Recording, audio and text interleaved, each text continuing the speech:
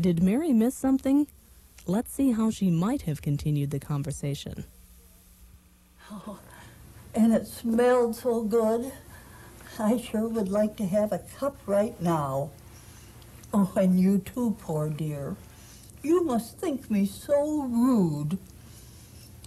I can't even offer you a cup of coffee. I don't think you're rude, Mrs. Woods. You're a very gracious hostess. But you say you would like some coffee now, but can't get any. Why is that? Well, 10 o'clock in the morning is the only coffee break we get here, beside those cold cups they call coffee at breakfast and lunch. Oh, ugh. Not fresh and hot and fresh brewed the way I used to make it. Well, you'd never come to my house and get a cold cup of coffee. I'm sure I wouldn't, Mrs. Woods. I'm enjoying this chance to get to know a little bit about you and your life here. Now, let's see. You mentioned several things. Not many folks from the community come by. I don't get many visitors at all. You'd like visitors from the community? If you'd come earlier, I don't know where we could have gone.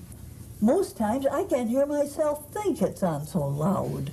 Your roommate's TV is too loud, and there's no quiet place to entertain visitors. 10 in the morning is the only coffee break we get here, beside those cold cups of what they call coffee that we get at breakfast and lunch.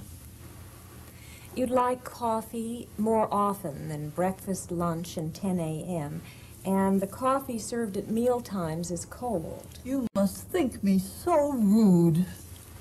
I can't even offer you a cup of coffee. And you'd like coffee available to serve to visitors. Is that right?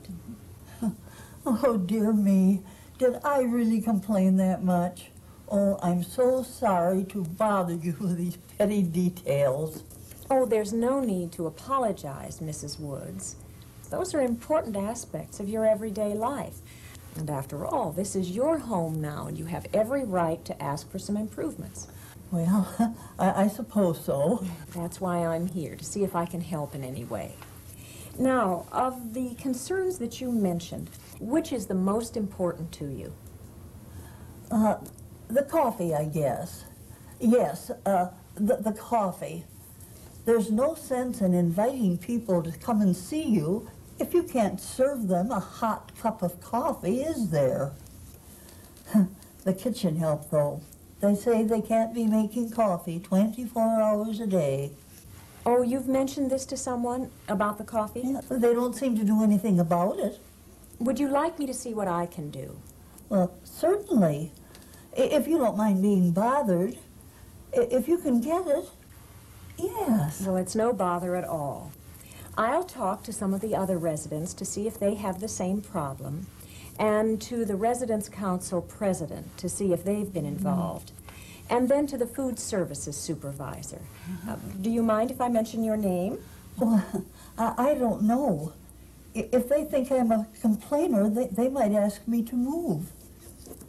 And I have no other place. Mrs. Woods, I want you to know that they can't ask you to move for complaining. Residents have the right to discuss problems in the facility without fear.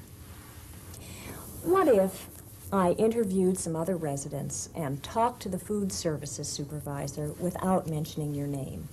How would that be? Oh, without my name, you say? Well, that would do it first. And then if the others feel the same way about the coffee, well, we'll see. Fine. Then I'll get to work and be back to let you know what I've learned. Then see what you want me to do next, okay? Oh, all right. Thank you, dear. Well, you'll be back then? Yes, Mrs. Woods, in about a week.